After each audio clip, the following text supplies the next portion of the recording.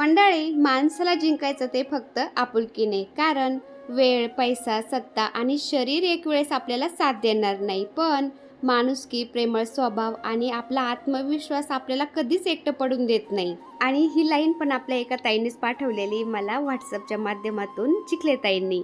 आणि अजून एका ताईंनी मला एक लाईन पाठवली, हे पहा. आपल्या आयुष्यात एखादी व्यक्ती पॉवर बँकसारखी असावी. म्हणून त्या म्हणतात, मनाची बॅटरी संपल्यावर सकारात्मक विचारांनी चार्ज करणारी पाहिजे. आणि त्या मला त्यांची पॉवर बँक समजतात. आणि त्या कोण आहेत? आपल्या अंगोरेताई. तर धन्यवाद मनीष अंगोरेताई, तुम्ही मला तुमची पॉवर बँक समजता. आणि मला खरंच खूप छान वाटते की एका जरी व्यक्तीच्या मनामध्ये मी पॉझिटिव्ह विचार आणू शकले, तर याच्यापेक्षा काय हवं अजून. आणि खरंच ताई ना, दुनियामध्ये एवढं दुःख आहे ना, त्याच्या पुढे आपलं दुःख काहीच वाटत नाही. एका गाण्यामध्ये एक गाण्याची लाईन पण आहे, दुनिया में कितना गम है, मेरा गम कितना कम है, लोगों का गम देखा तो मैं अपना गम भूल गई. तर ही लाईन आहे. दुनियामध्ये भरपूर दुःख आहे ताईंनो. कारण खळखळून हसणाऱ्या माणसाला एकदा आपुलकीने विचारून पहा, कसा आहेस किंवा कशी आहेस. अक्षरशः ती व्यक्ती ना तुमच्या समोर ढसा रडायला लागेल ताईंनो. असं आहे ताईंनो, प्रत्येक हसणारी व्यक्ती सुखी आहेच असं नसतं. त्या पाठीमागं भरपूर काही दुःख पण लपलेलं असू शकतं. प्रत्येकाच्या आयुष्यामध्ये एक ना एक धडा नक्की असतो, पण सगळेच जण तो मोठ्याने वाचून दाखवत नाहीत बरं का. आणि मोठ्याने वाचून दाखवणाऱ्यासारखे लोक पण नाही येते. मोठ्याने वाचून दाखवलं ना तर त्याचा बोबाटा सगळे गावात होतो. तर हे पा, फौजी साहेब सकाळीच निघले होते 4 वाजता. 3 वाजता उठलेत, फ्रेश झाले, चहा पाणी झालंय आणि आता ते मला भेटलेत आणि निघलेत ड्युटीवर. कारण इलेक्शन ड्युटी लागलेली त्यांना शेवगावला ना. शेवगावचं इलेक्शन चालू आहे, आपल्या नगरचं नाही आहे, पण शेवगावचं आहे. शेवगावच्या ताई असतील ना, त्यांना माहिती असेल शेवगावचं इलेक्शन आहे, त्यामुळे ते पहाटच निघले होते ड्युटीवर. आता एवढी कडाक्याची थंडी चालू आहे ना, तरी पण पोलीसवाल्यांना ड्युटी बाय ड्युटी करावंच लागते. तर पहाटच चालले 4 वाजता ते आता.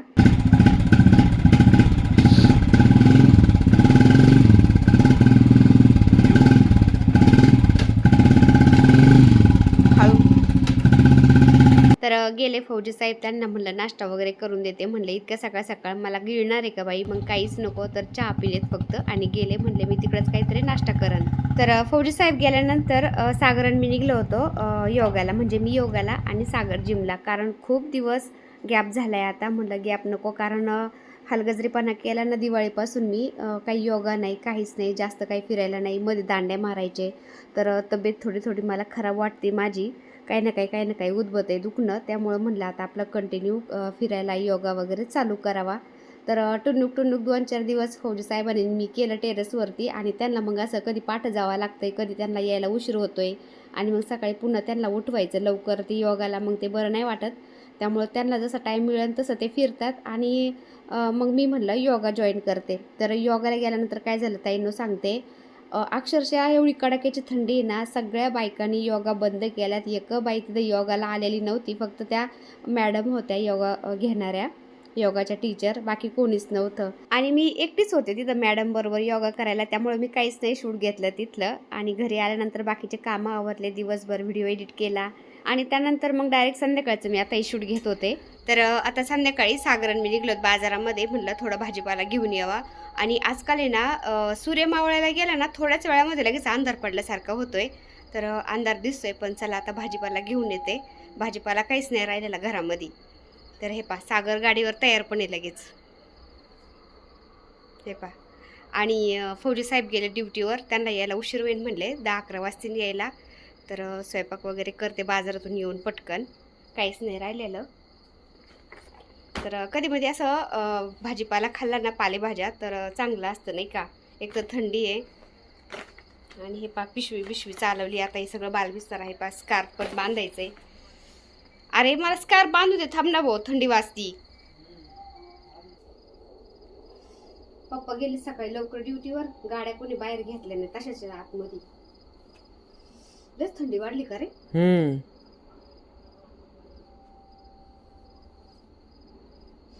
ही गाडी कोण इथं लावली? चार्जिंग नव्हती का तिला? चार्जिंग लावली होती. थोडी इकडे साईडला लावली ना, म्हणजे मोकळं होतं इथं नाही का. आता लावली का तू? येऊ पटकन भाजीला घेऊन नाही का.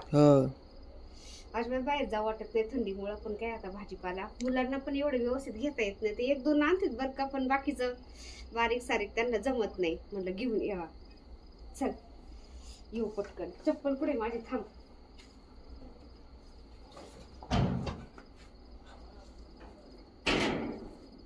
चल.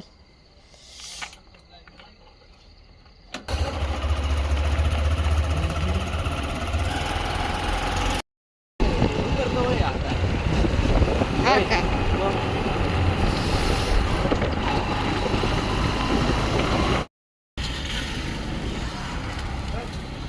तर आमच्या इथं बाजारात आलो आम्ही. आमच्या घरापासून जवळच बाजार भरतो हा.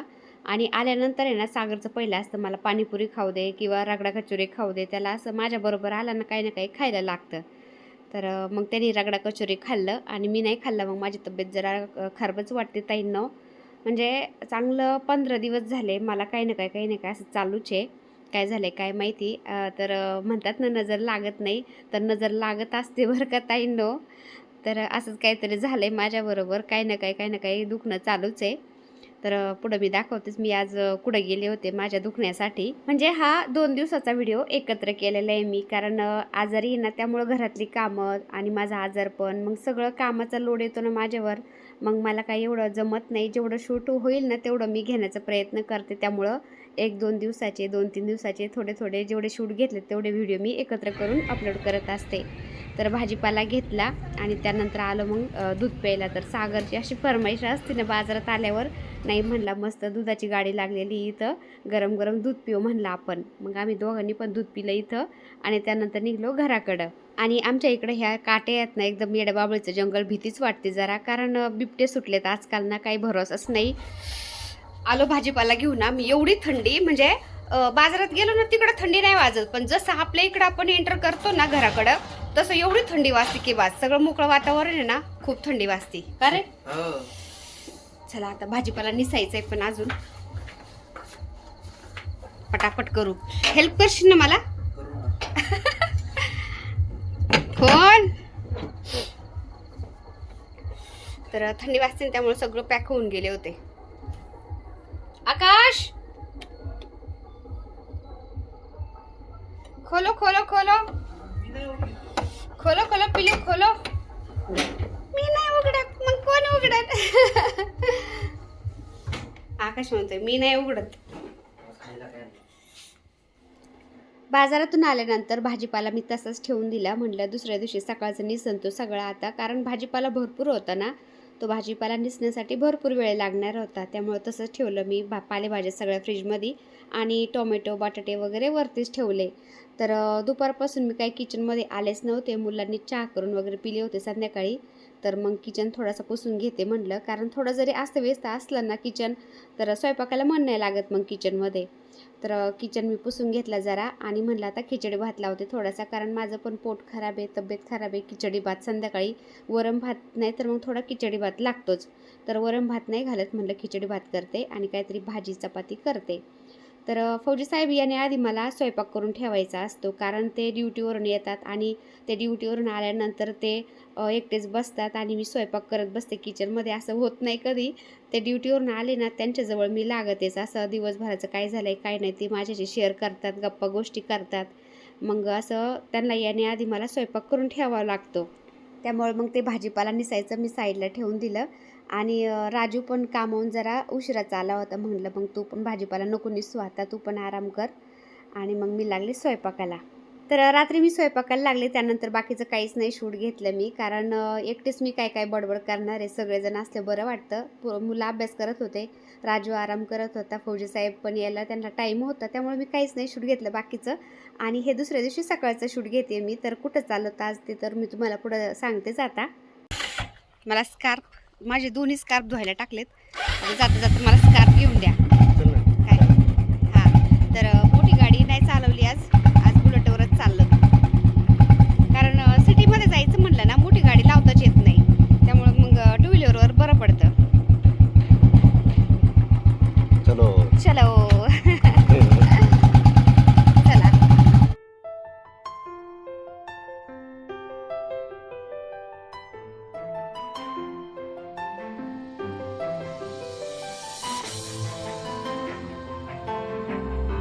तर माझ्या लक्षातच नाही की आपल्याला बाहेर जायचं आहे म्हणून मी दोन्ही स्कार्फ मशीनमध्ये धुवायला टाकले होते. स्कार्फच नव्हतं, म्हणलं चला जाता जाता आपण 100 रुपयाचं स्कार्फ घेऊ. तर केडगावमध्ये आमच्या इथंच हे महावीर दुकान आहे ना, इथं छोटे मोठे कपडे जे हवं ते आपल्याला सगळं मिळून जातं एकाच ठिकाणी. तर स्कार्फ घेतलं, निघणार आम्ही तितक्यात मला हे कार्पेट दिसले. तर सिजनेबल माल खूप छान ते विकायला आणतात. तर कार्पेट हे खूप छान मला आवडलं, म्हणजे मोठं पण भरपूर आहे आणि कलर कॉम्बिनेशन खूप छान आहे. तर फौजी साहेबांना म्हणलं तुम्ही थांबा आणि ते कार्पेट मला घेऊन द्या पहिलं. तर हे एवढं मोठं कार्पेट फक्त 750 रुपयाला बरं का. रफ टफ वापरता येतं, धुता पण येतं. तर त्याचे पैसे देऊन ठेवले आणि म्हणलं साईडला ठेवा ते कार्पेट. आम्ही आता बाहेर चाललोत आणि संध्याकाळी किंवा दुपारी येता येता आम्ही ते घेऊन जाऊ. तर मग असं म्हणलं त्यांना, कार्पेट ते साईडला ठेवलं आणि आलो आम्ही आता इथं ॲक्युपंक्चर किंवा ॲक्युप्रेशर थेरपी असं म्हणतात याला. तर ही थेरपी घ्यायला आलो आम्ही, कारण मी एवढं आजारी पडते ना, तर ते गोळ्या औषधं खाण्यापेक्षा हे कितीतरी पटीने चांगलं असतं. आणि हे उपचार आहेत ना एकदम पारंपरिक आहेत बरं का. पहिल्या काळामध्ये जास्त चालायचे, ज्यात शरीरातील विशिष्ट बिंदूंवर दाब देऊन उपचार केला जातो. आणि त्यात एक मुख्य फरक आहे म्हणजे ॲक्युप्रेशरमध्ये बोटांनी किंवा हातांनी दाब दिला जातो, तर ॲक्युपंक्चरमध्ये त्वचेत बारीक सुया टोचल्या जातात. तर माझ्या हातांच्या बोटांमध्ये वगैरे सुया टोचल्या होत्या, पाठीमध्ये टोचल्या होत्या आणि हाताच्या बोटांनी त्यांनी पॉईंटवर म्हणजे ज्या शिरा असतात ना त्याच्यावर दाब पण दिला होता. म्हणजे त्यांनी ॲक्युप्रेशर आणि ॲक्युपंक्चर ह्या दोन्ही पण थेरपी मला त्यांनी दिल्या. आता ह्या ॲक्युप्रेशर किंवा ॲक्युपंक्चर थेरपीचं थोडक्यात महत्त्व मी तुम्हाला सांगते बरं का, जे मला माहिती ते. तर ॲक्युप्रेशर पॉईंटवर दाब दिल्याने शरीरातील रोगप्रतिकारक शक्ती वाढते, स्नायूंचा ताण कमी होतो आणि वेदना कमी होण्यास मदत होते. तर कोणाच्या मानेच्या, हाताच्या अशा पाठीच्या शिरा ताणल्या असतील किंवा पायाच्या घोट्यामधली गादी सरकली असेल किंवा काही असं आपले सांधे दुखत असतील, त्यासाठी ही ॲक्युपंक्चर किंवा ॲक्युप्रेशर थेरपी काम करते बरं का. आणि कोणाच्या शिरा जर चॉकअप झाल्या असतील ना, तर त्यासुद्धा म्हणजे व्यवस्थित झाल्या जातात. आपली मानपाट दुखत असेल, डोकं दुखत असेल, तर यावर सुद्धा यांनी फरक पडतो बरं का ह्या ॲक्युपंक्चर किंवा ॲक्युप्रेशर थेरपीने. तर ह्या थेरपीने ना आपलं नैसर्गिक उपचार झाला जातो आणि आपल्या आरोग्याची सुधारणा होते बरं का. त्यामुळं म्हटलं चला आता हे फौजी साहेबांना त्यांच्या मित्रांनी सांगितलं ना, तर फौजी साहेब म्हणले आपण करून घेऊ. फौजी साहेबांनी पण केलं आणि मी पण केलं. आणि हे कुठं जास्त लांब नाही बरं का, आपल्या नगरमध्ये भिंगारमध्येच यांचं छोटंसं क्लिनिक आहे. तसं ते आर्मी हॉस्पिटलवर ते असं काम करतात, ॲक्युपंक्चर किंवा ॲक्युथेरपी देतात, हे ॲक्युप्रेशर थेरपी. पण ते असं पेशंट जर आले ना मग घरगुती पण ते असे त्यांच्या छोट्याशा क्लिनिकमध्ये उपचार करतात लोकांचे, कारण ते म्हणतात आपल्याकडून तेवढीच सेवा झाली जाते आणि पैसे पण जास्त काही घेत नाही बरं का. पैसे घेत नव्हते. फौजी साहेबांनी जबरदस्ती त्यांना आमच्या दोघांचे 500 रुपये दिले बघा. तर अशी थेरपी केली त्यांनी, कडाकड हाडकं मोडले आणि इतकं रिलॅक्स वाटलं की बस. म्हणजे मी किती दिवसापासून डोकं म्हणत होते, डोकं दुखायचं माझं सारखंच आणि मान दुखायची, खांदे दुखायचे. मला वाटायचं माझा मणक्यामध्ये गॅप होतं ना, तो परत उद्भवला की काय. तर त्यासाठी आम्ही दवाखाना करून दमलो. काय ते बरंच वाटाणा मला, तात्पुरतं बरं वाटायचं. त्यामुळं मग फौजी साहेबांच्या मित्रांनी सांगितलं, हे त्यांना फरक पडला होता ना, त्यामुळं तर आम्ही गेलो ना तर एवढं रिलॅक्स वाटलं की बस. म्हणजे माझं डोकं दुखायचं तर राहूनच गेलं. भारी वाटलं बरं का. तुझे काम करून घे. करतो ना मी पण करतो.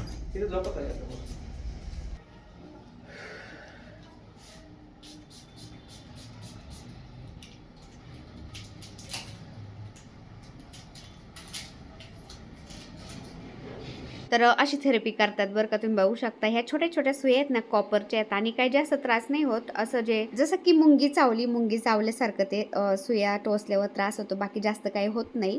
कारण त्याचे टोक आहेत ना एकदम निमुळते असतात. तर अशा सुया टोचतात ते एकदम पॉईंटनी बरं का. म्हणजे जिथं शिरा असतात ना तिथंच ते सुया टोचतात आणि ते असे थेरपी करतात. तर असं मरणमातीच्या गोळ्या औषधं खाऊस तर कितीतरी पटीने चांगलं आहे हे. तर आम्ही असं मग थेरपी घेतली, फौजी साहेबांनी मी दोघांनी पण घेतली बरं का. याने काय होतं, आपल्या शरीरातला रक्तप्रवाह वाढतो आणि ब्लॉकेट वगैरे असतील ना तर ते सुद्धा निघून जातात म्हणतात. तर माझ्या अनुभवावरून सांगते, खूप छान थेरपी बरं का. आणि तसं तुम्ही गुगलला पण सर्च करा. कोणती गोष्ट व्यवस्थित सर्च केल्याशिवाय, माहिती केल्याशिवाय आपण करायची नसते. तर तुम्हाला सुद्धा करायची असेल तर करून घ्या. चला भेटूया दुसऱ्या व्हिडिओमध्ये, तोपर्यंत बाय. व्हिडिओ पूर्ण पाहिला त्यासाठी मनापासून आभारी सर्वांची. सर्वांना श्री स्वामी समर्थ.